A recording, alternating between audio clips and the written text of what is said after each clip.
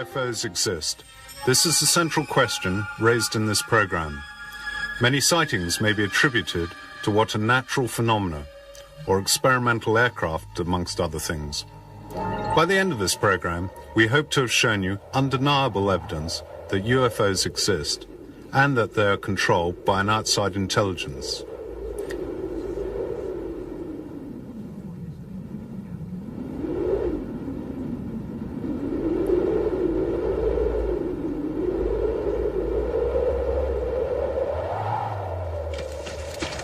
Let some witnesses speak for themselves. Giovanni Cavezio, a wine grower. Sorvolavo una zona molto conosciuta e non c'era nulla di particolare, no? Ad un tratto però I was hang gliding over an area I knew well. tratta da qualche cosa di inconsueto, no? There was nothing special. Si stagliava verso l'orizzonte. My attention was attracted by something unusual. Un qualche cosa che non riuscivo a definire, considerando It was going towards the horizon, above the woods. dalla quale mi trovavo. It was something I couldn't define, considering the distance.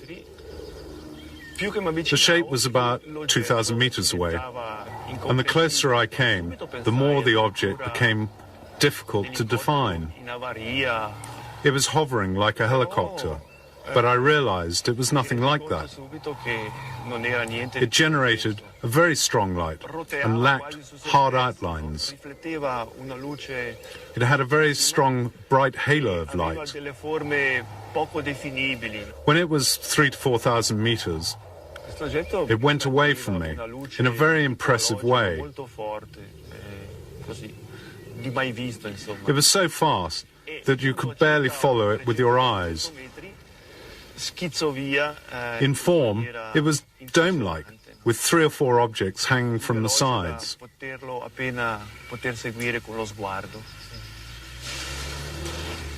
Diameter was between 5 and 10 meters, and it was lead-colored. Within a moment, it had disappeared over the horizon, without a sound and without a smoke trail or anything.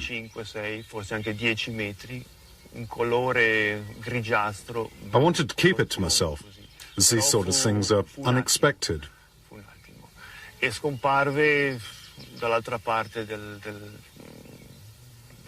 That evening, when I got home, I didn't even talk to any family about it. Later, when I went to a restaurant, I met a friend interested in hang gliding, who had seen me flying in the area. He insisted I must have seen something special, because he had. Looking up, he'd seen something which he couldn't define, but which had hurtled across the sky and then disappeared. Recandomi un po' più tardi al ristorante, incontrai un amico interessato di volo libero, il quale mi disse di avermi visto attraversare. We decided that he had seen the same thing as myself.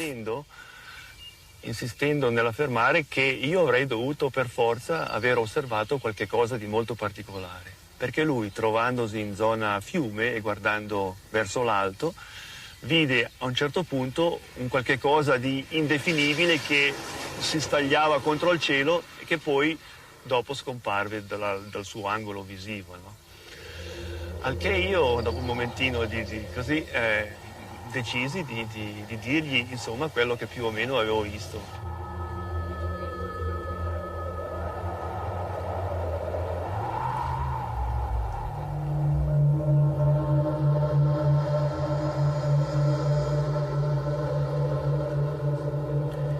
In this second interview, we have the experience of another witness. She relates a similar story to many thousands of others, with a harsh halo of light, behind which a sphere or disk appears, and then disappears away at very high speed. Miriam Bizzazero, housewife. I got up to go to the toilet, and the shutters were down. I opened them. I saw a ship on the lawn.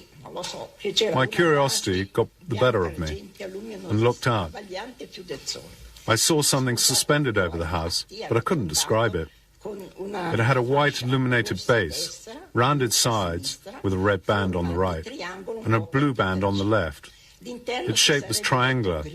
The center was a kind of pulsating band of light.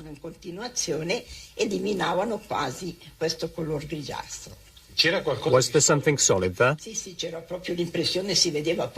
Oh, yes. You could see grey bits, but they were covered by the pulsating.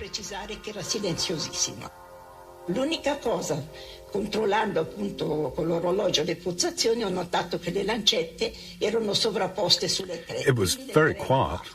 Mentre io pensavo al massimo, il più tardi, le 2 meno alla 1:45. Quindi c'era stato... I noticed that the hands of the clock were on 3, then 3:15. Sia avvenuto senza averne coscienza. Then it was 4:45. Non c'è nemmeno un'intuizione, niente che mi possa... What happened to that lost hour and a quarter? Posso dire che il mattino successivo la mia consuocera mi disse: "Hai un puntino I can't remember what happened. sulla tempia sinistra." But the next day, my daughter-in-law's mother noticed a strange shape on my left temple. Invece guardando c'era, ma non più grande di un'efelide, piccolissima. E invece si è ingrandito. I said I hadn't hurt myself, and it was very small. The sequence is usually the same: a UFO sighting, a temporary absence, and a mark on the head. Perhaps this was an abduction, a strange case, but no different to thousands of others. Several people have said that they saw it, people who work at the airport, including a pilot. After several days, the police took my statement. They also told me to keep the incident quiet.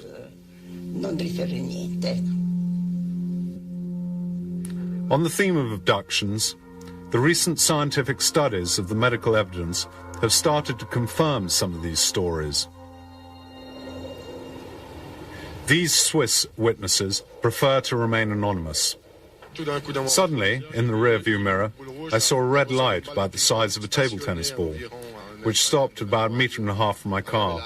It was about 10 by 15 centimeters across. Suddenly, it started to oscillate from left to right. It moved from the left side of the car and then to the right. Everything was bright red, even inside the car. Then, at the height of that rock, you can see up there on the right-hand side of the road, the car rose. Before I lost consciousness, I saw the little red ball flip to the back seat. Then at about 30 meters from that building up there, there was a white glow, and I found myself on the road again. This is a rare case of abduction inside the car itself. We know of others in both South America and the USA. It was about 10:30 p.m. 3 yellow beacons were suspended about 10 meters over the forest. They shone for about 15 to 20 minutes. They didn't move. I went towards the forest to see what it was. In my opinion, it was a spaceship. It had a distinctive shape and those lights on top of it. Having reached this tree here, I decided to go up the hill for a better view. I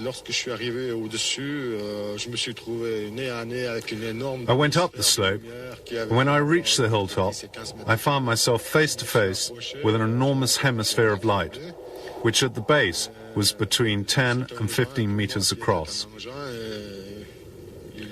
I got nearer, and my whole body started to shake. In front of me, a UFO was producing a deafening sound, emitting similar vibrations to a transformer.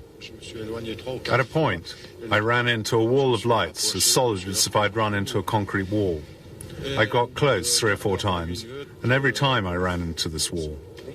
After about 15 to 20 minutes, the UFO took off like a helicopter. It went silently, except for a slight hissing noise.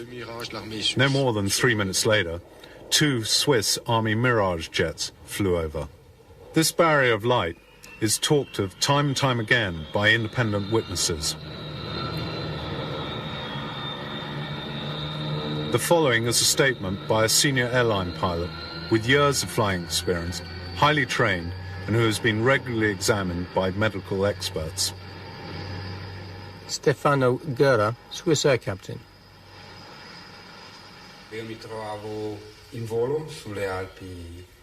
I was flying over the Alps, in the region of Biasca, at 5,000 meters, when I saw a light to the north, which a few seconds later I lost from my field of vision.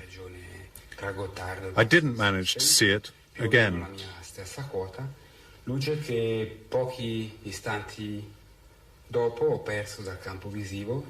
At that moment, another pilot was flying in an easterly direction, in the same area of the Alps, and asked radar if there was an object in the same place where I'd seen my object.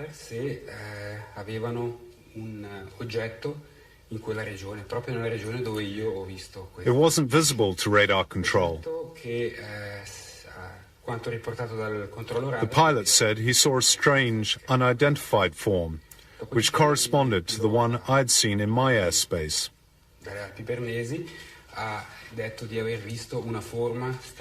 He couldn't explain it, and said apparently it was quite big, but clearly not an aeroplane.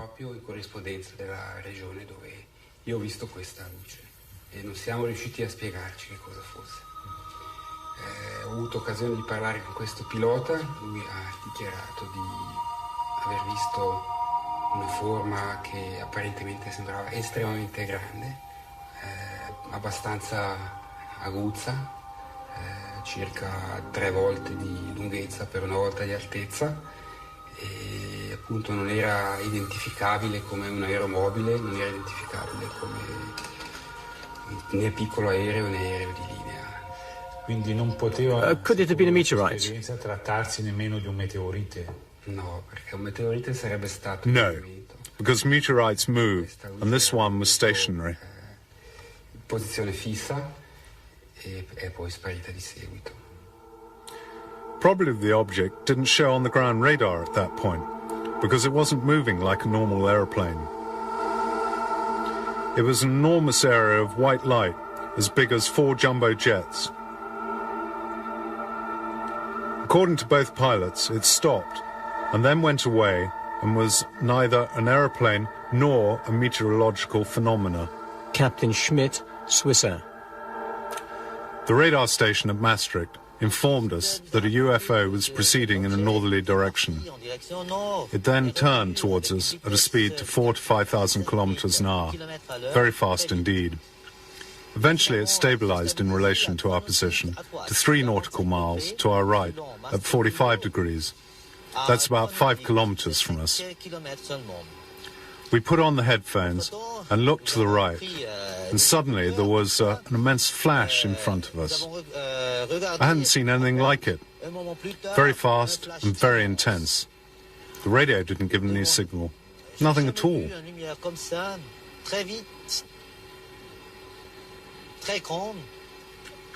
Maastricht told us that the object stopped for a minute behind us and then went south at great speed. It was traveling 4 to 5 times the speed of sound.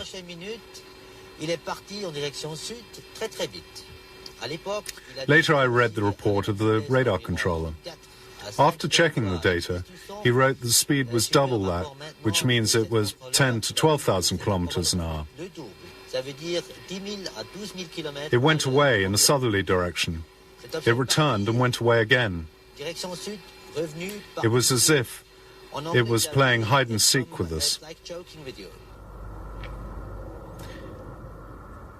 The UFO was enormous, very fast, and it was flying at 10 to 12,000 kilometers an hour.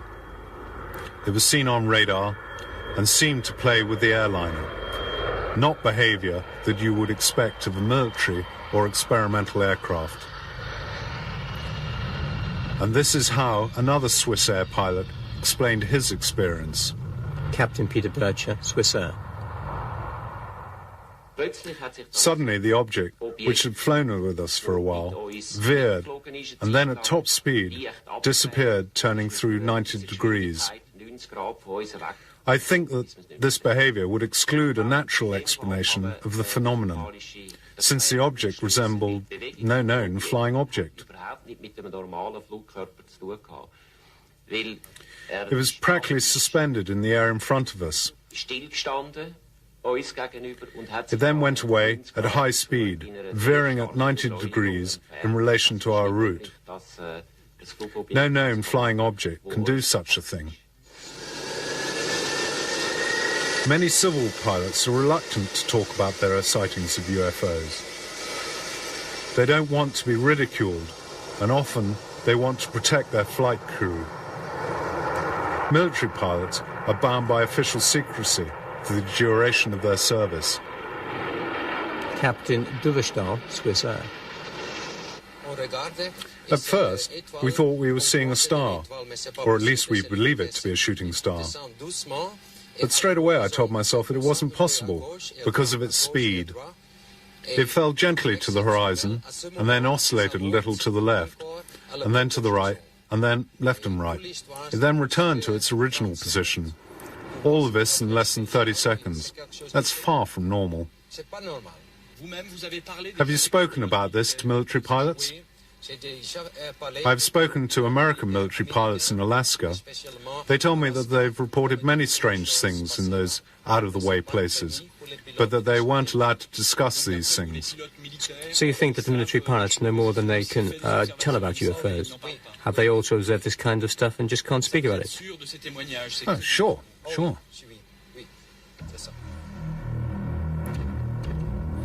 One impressive, well-documented case is reconstructed here by Nippon TV when a 707 was flying over Alaska on the 17th of November, 1986. At 5 p.m., during the flight, Commander Terauchi observed two red lights getting nearer. The control tower anchorage didn't detect anything present in the area. The lights got nearer and nearer.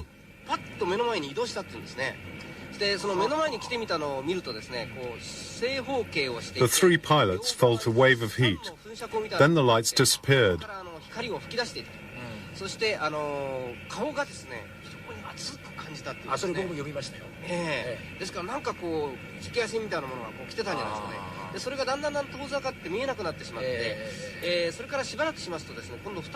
Shortly after, two white lights appeared.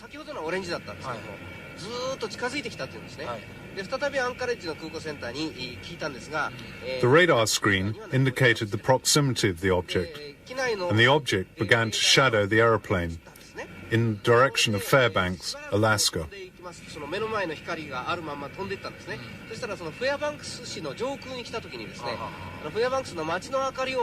Thanks to the contrast of the city lights, the crew could see the outline of the object.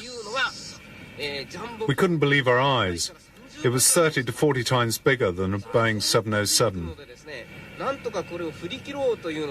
We tried to shake off this object, and I veered the 707 away. The control tower asked if we required the intervention of a military fighter.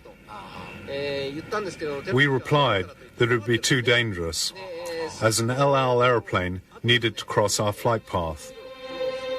Towards 6 p.m., the object disappeared.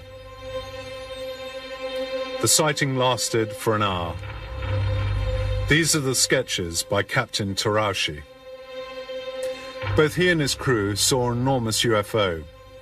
It was under control, and he felt there was every possibility that it hadn't been constructed on Earth. As well as the testimonies, there are photographs and film sequences which document UFO sightings. These have been gathered from all over the world, including film shot in the skies over Mexico, taken by a group of video activists calling themselves Vigilantes, who have about 100 members. We're a group of friends from the four corners of Mexico. We always have video cameras with us, at work, at school, so that we're always ready to film a UFO as it appears. En el momento que tengamos cualquier objeto volador no identificado, lo podamos filmar. The film sequences have been examined by the Institute for Information Science at Seoul University in Mexico City. They subjected the film to a battery of advanced tests.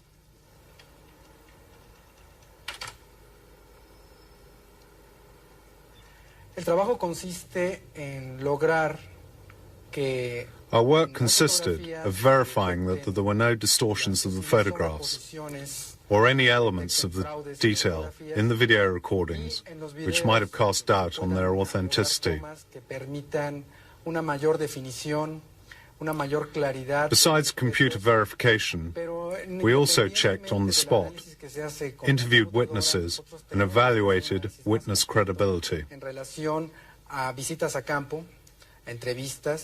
Y ver si no hay fines de lucro o afanes de notoriedad de la persona que nos trae el material o que hacen los videos o las fotografías. In this video, shot in 1991, during a total eclipse of the sun, the television camera focused on a bright object in the sky. It then panned down to the roofs to establish the relative position and distance of the UFO. Here is the object on the film editor's screen. It's like a spinning top or a saucer which is turning.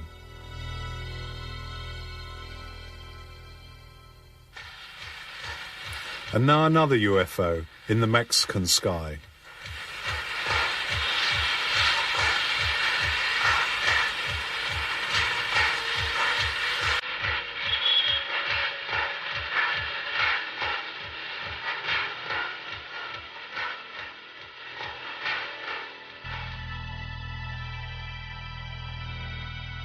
Let's look at it again on the editor's screen. These are totally amazing images.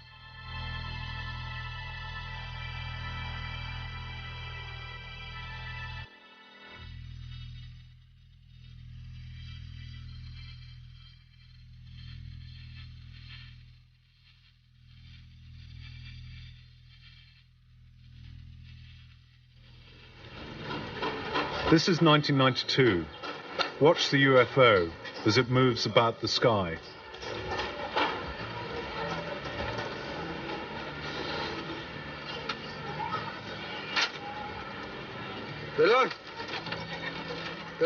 Here it is, captured closer.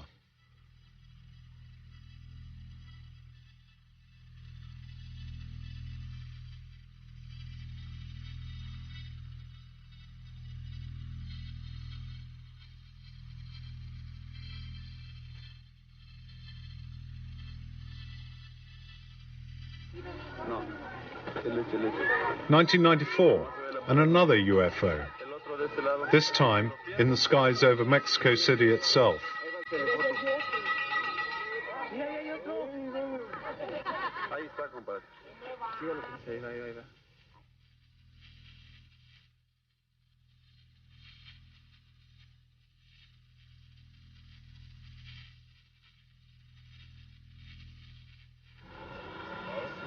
Sometimes the UFOs present themselves in formation, like this sighting in 1994. The question as to the authenticity of the films seems to have been answered by Professor Quezada. To be a hoax, they would have had to have falsified the film on hundreds of videos taken by the vigilantes. A very expensive conspiracy. Who could possibly gain from it?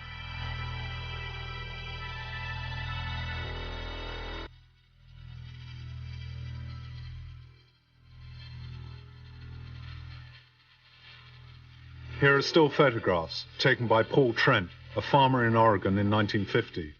These have been verified by military aviation laboratories in the USA. Here is a photo of a UFO taken in Germany and a thermographic analysis. These are two photographs taken in New Mexico, USA in 1992 near the Manzana atomic base. UFO sightings are common over these kind of facilities. And this is a long series of photos taken in 1987 by a Mr. and Mrs. Walton in the Gulf Breeze area of the USA.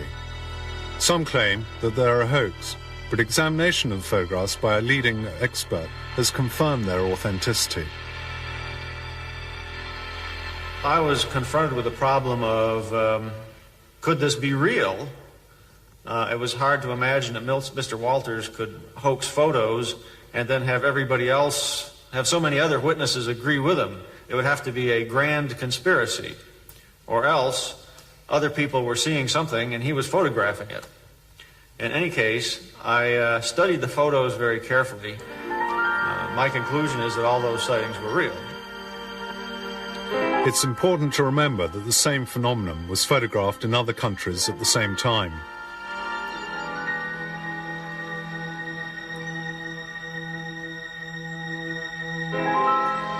As you can see from the following examples, there are many kinds of UFOs.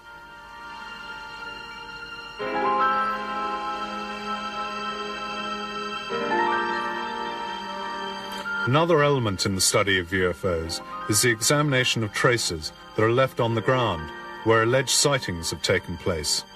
Sometimes a whitish substance falls from the UFO.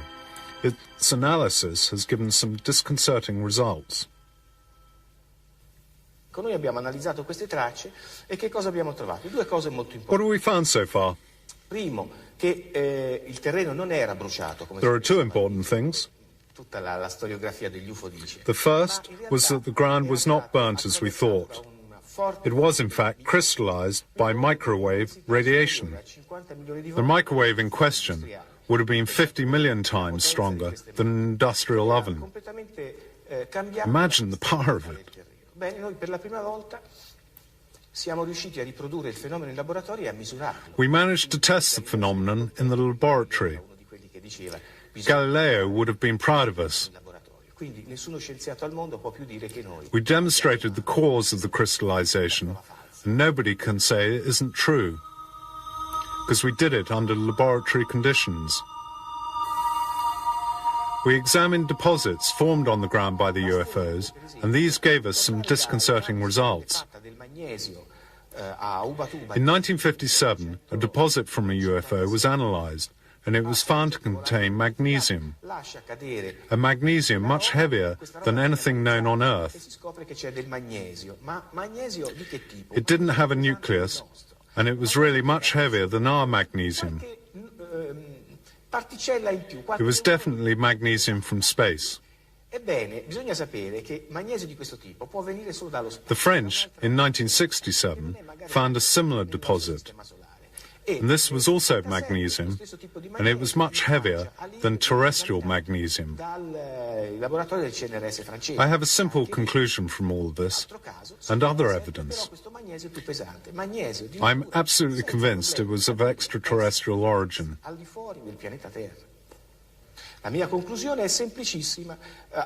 On this planet, we don't have the technology to make this form of magnesium. I'm convinced of this. Oggi siamo sicurissimi che il fenomeno è esogeno al pianeta Terra, cioè viene da fuori, è tecnologico, non è di nostra competenza, non lo sappiamo riprodurre. And what do the authorities say about UFOs? For many years, they've denied or ridiculed these stories, but their attitude has now partially changed. We saw a big object in the sky which we couldn't identify. It had very powerful lights which directed at the ground. In 1989 and 1990, there were numerous sightings of a UFO in Belgium by more than 2,000 civilians and numerous police patrols. It was a triangular object with 3 lights at the top and 1 in the center. It was flying silently at very low altitude just above the ground. This photograph of the object, complete with thermographic analysis, is a filmed sequence.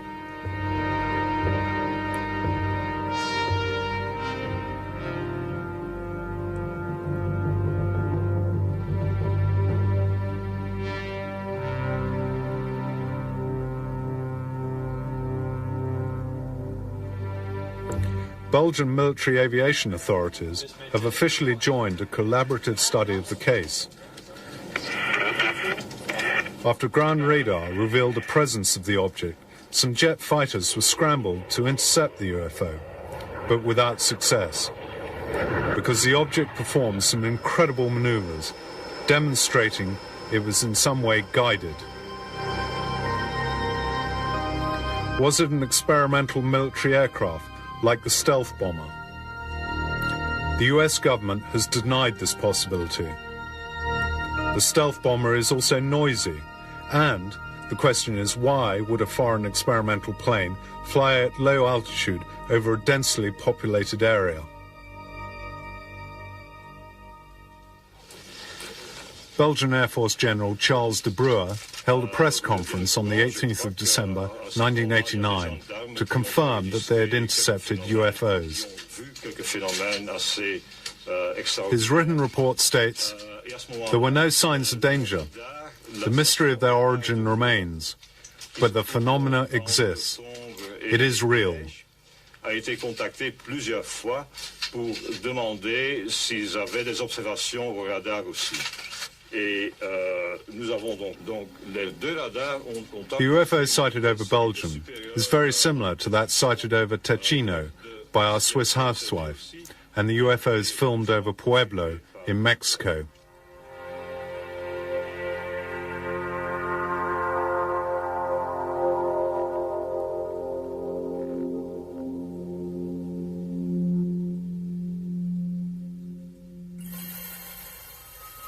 Other official confirmation includes the President of Brazil, President Kubitschek, who in 1958 declared that a Brazilian Navy ship had sighted and photographed a flying saucer.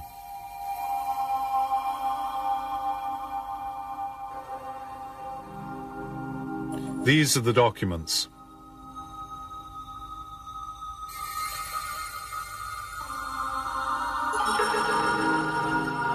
Spain has recently declassified some documents which confirm the sightings of UFOs. In June 1976, on the Canary Islands, hundreds of people saw a white light which emitted rays. It is written by a local military commander. In addition, there are accounts of humanoids being seen during UFO landings.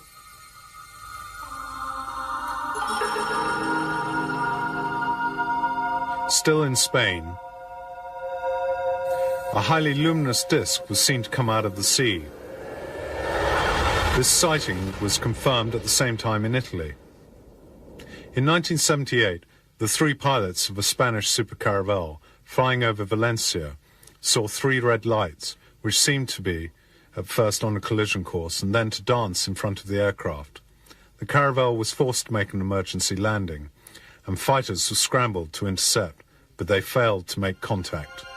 In 1975, on the Bardeneas Reales military base near Navarra, a UFO was seen at low altitude. Until the end of 1990, the Spanish government had always denied the existence of any UFO file. And the same goes for the UK. Before 1990, there had only been the occasional comments as we list here. Lord Dowding, the Air Chief in 1954, suggested that 10,000 UFO sightings had been made and recorded. He also asserted that these were of extraterrestrial origin.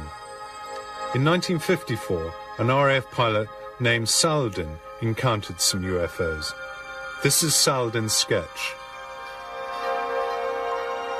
Ralph Noyes, Defense Secretary, is said by 1964 to have seen Air Force film of UFOs. In 1978, an English policeman, Tony Dodd, saw a UFO with a colleague. Then, in 1980, it was the turn of PC Alan Godfrey.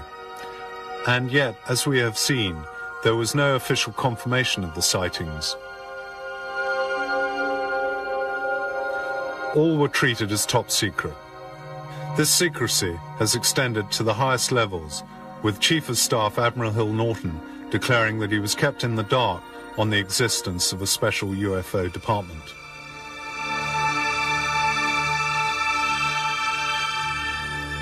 An exceptional case from Woodbridge in Suffolk involved what is believed to be a case of broken down UFO. Air Force police patrols who went to the spot described the object as metallic and resting on three legs, emitting a strong white light. As they got closer to the object, the engines of their cars cut out and the radio contact was lost. This is not science fiction. The episode is confirmed in a report by the Deputy Commander of the base, Lieutenant Colonel Charles Holt. In it you can read that the next day, traces left by the object were found on the ground. According to the reports of the Air Force Patrol, 3 humanoids were seen to leave the UFO. They were approximately 1 meter tall, with big heads and dressed in silver. The commander of the base, General Gordon Williams, is reported to have said that the creatures seemed to communicate by a series of gestures and telepathy. This encounter has never been officially confirmed. France. In February 1974, the then Minister of Defense, Robert Gallet, declared in an interview that for 20 years the French had been studying UFOs. The results of the official studies were published, including the analysis of traces left by 2 UFOs in 1975 and 1981 in the south of France. An extract from the report states, "The physical phenomenon exists, its place of origin, method of propulsion, and behavior are all beyond human comprehension. Since this, all information has virtually been embargoed by the French." Italy, since 1978, has listed its sighting of UFOs.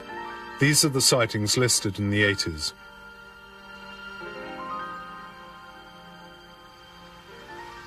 The Swiss government has often said that it pays little credence to the UFOs. But since 1990, the Federal Military Department has given free access to a map showing civilian UFO sightings. No military sightings are recorded. On this map are 2 reports of sightings by military radar. The first on August the 2nd at 11 p.m. This UFO sighting lasted for a whole hour. It wasn't a meteorite as it moved in a zigzag fashion. It wasn't birds because of high speed, and they ruled out aircraft. On the 13th of June 1993, radar showed a UFO moving not horizontally, but vertically over a military base, with changes of altitude from 5,500 meters to 8,500 in a few minutes. The object was also capable of moving from 8,000 meters to 20,000 meters in a few seconds. The experts have also not commented on this photograph, which shows a UFO spotted by a Swiss Army Mirage. The photograph has been certified as genuine by computer analysis.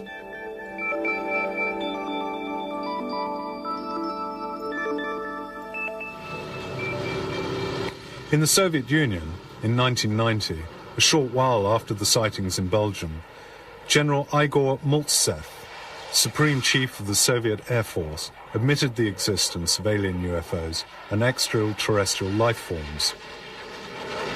He said that some MiGs had observed a saucer of 100 to 200 meters in diameter, which was also able to stay motionless in the air and which performed extraordinary aerial maneuvers. Ground radar had confirmed this phenomenon. The Soviet defense chief had decided not to attack the UFO. He calculated such an attack would be pure folly. In 1991, KGB documents reported that an atomic base in Kaspusin Yar had sighted a UFO over the base for 2 hours in 1989. During its flight, the UFO emitted a ray of light which seemed to inspect the installation.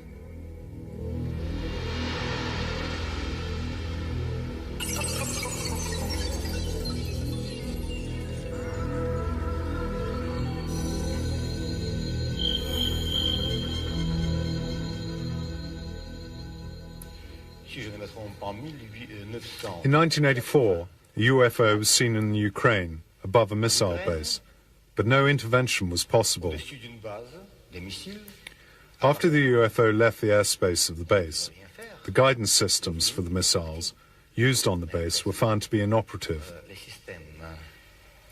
All the systems had to be reprogrammed. US atomic bases have experienced similar systems malfunctions after UFO appearances.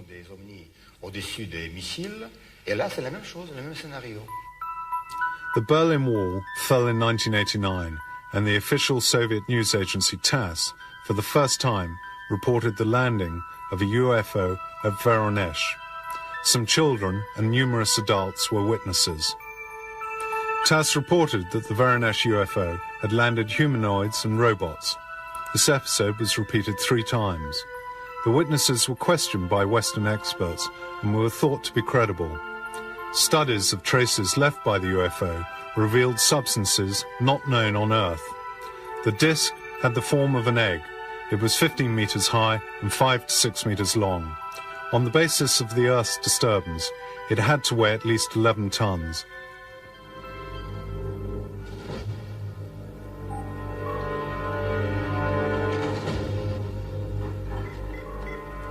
Even in the US, UFO sightings are classified as top secret. However, the door has been opened to crack by the law on freedom of information brought in 1970. This was a law supported by President Jimmy Carter, who saw a UFO in 1969 when he was a state governor, as you can see from this document. The law allows access to secret documents as long as it doesn't compromise national security. From these documents come important revelations. Some Army veterans started to tell of their experiences. These veterans faced a barrage of abuse designed to discredit them. One of these was Wendell Stevens. In 1947, he was transferred from the Roswell base in New Mexico, where he had studied captured enemy aircraft, to Alaska. In Alaska, his squadron was detailed to reconnoiter the area. It soon became clear to Stevens that his real mission was to photograph UFOs sighted in the region. And a crew reported seeing a disc-shaped object sitting on the ice field that rose into the air and flew away as they approached it. Now, for us to launch a B-29 in Alaska, it took a field of equipment bigger than the B-29, heaters, power units, lubricating units, gasoline units, everything, to get one B-29 airborne in Arctic airspace. It would take us several hours to get it ready to go. Here's an object that's sitting on the ice field with no support equipment that jumps into the air and flies away and leaves nothing behind it. Now that was, in our view, was an impossibility because there's no way we could approach anything like that. Then a report came in of seeing one emerge from below the water, sit on the water surface of the water for a moment, rise into the air, and then zip off, flying away. Another one at another time was reported to have descended into the water and disappeared. None of our aircraft could do any of that. Another important case is that of the then Lieutenant Graham Bethune during a 1951 flight from England to the US on a C-54 transport. The incident was confirmed by the whole crew.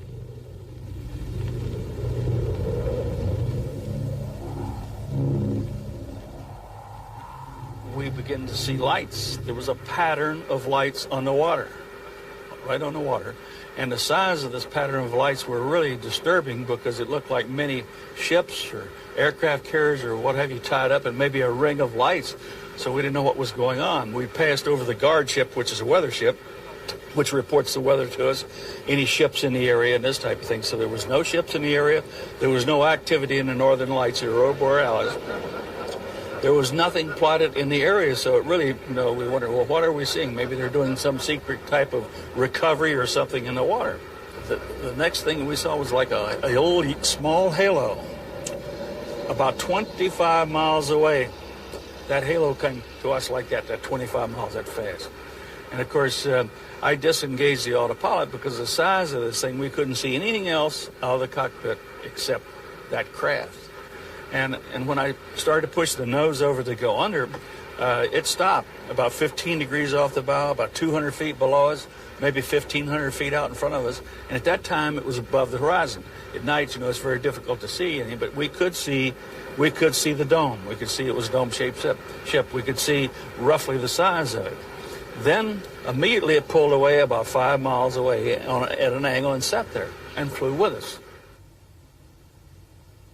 This is the official report of the episode.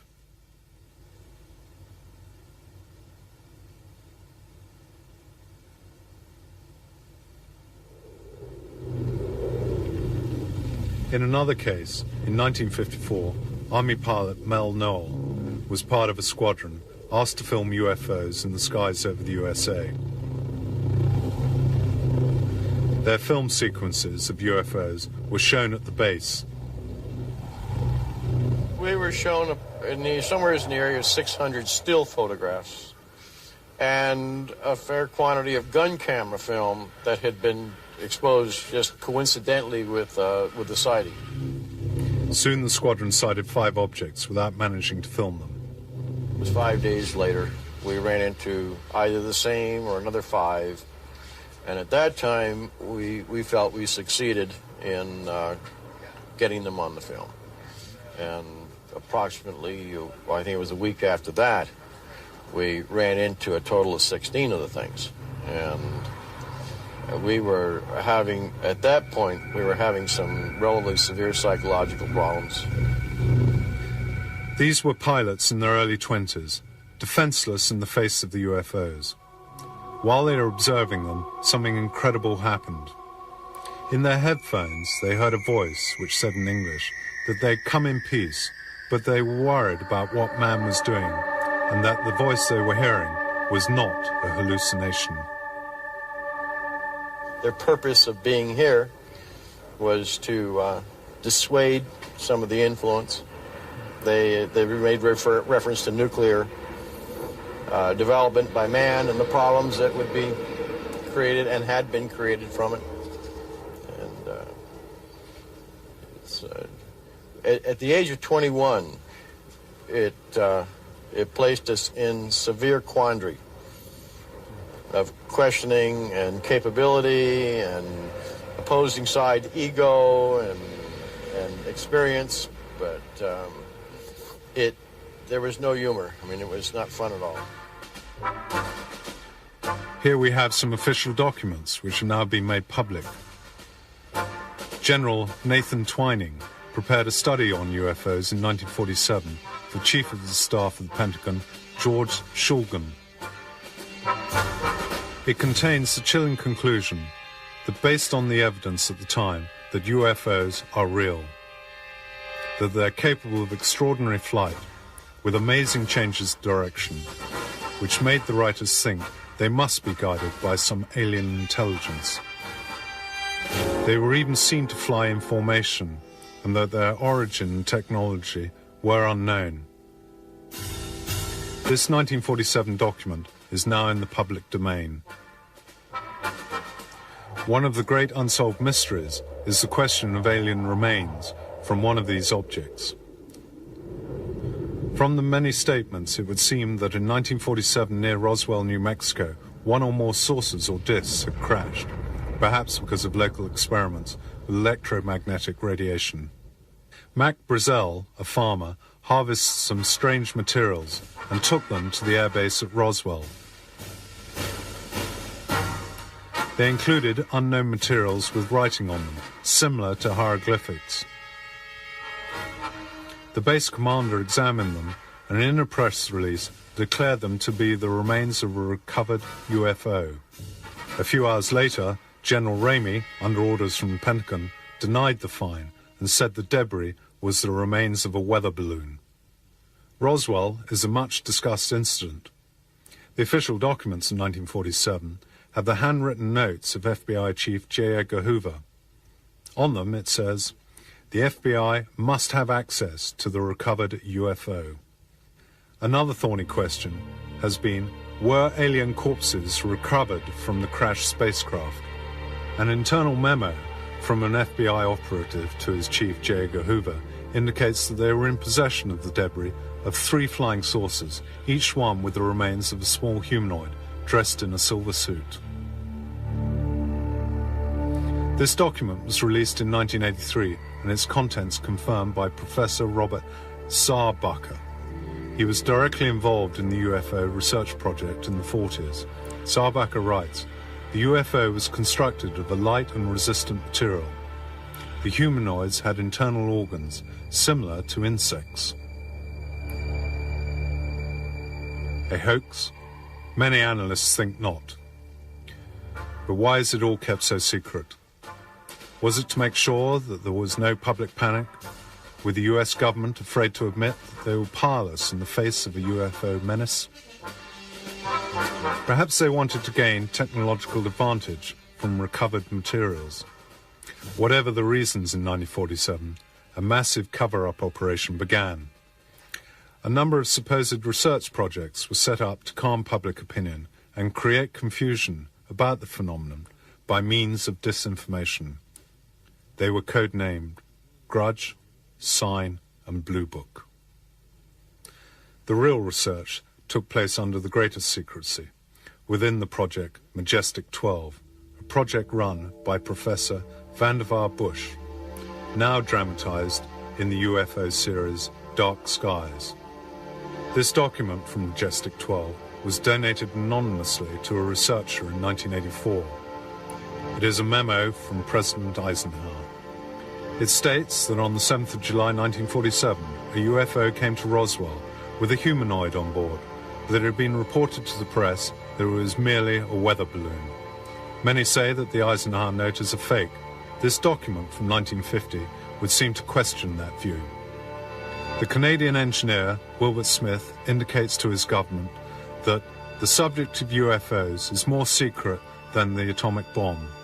A group led by Professor Bush have been asked to carry out a research project called Majestic 12. Since that time, many incidents have occurred, including a possible alien landing at Fort Dix, which included alien casualties. And in 1993, an alien craft may have disabled the nuclear arsenal at Manzano in the former Soviet Union.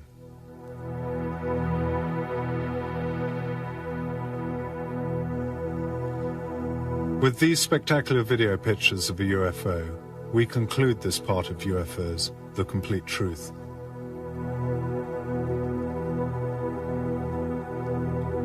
These are genuine pictures.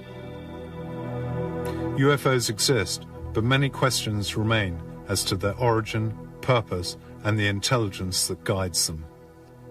Questions that we will deal with in the later 3 parts of our investigation: Cosmic Watergate, Ancient Astronauts, and Ultra Secrets. Watch them and make up your own mind.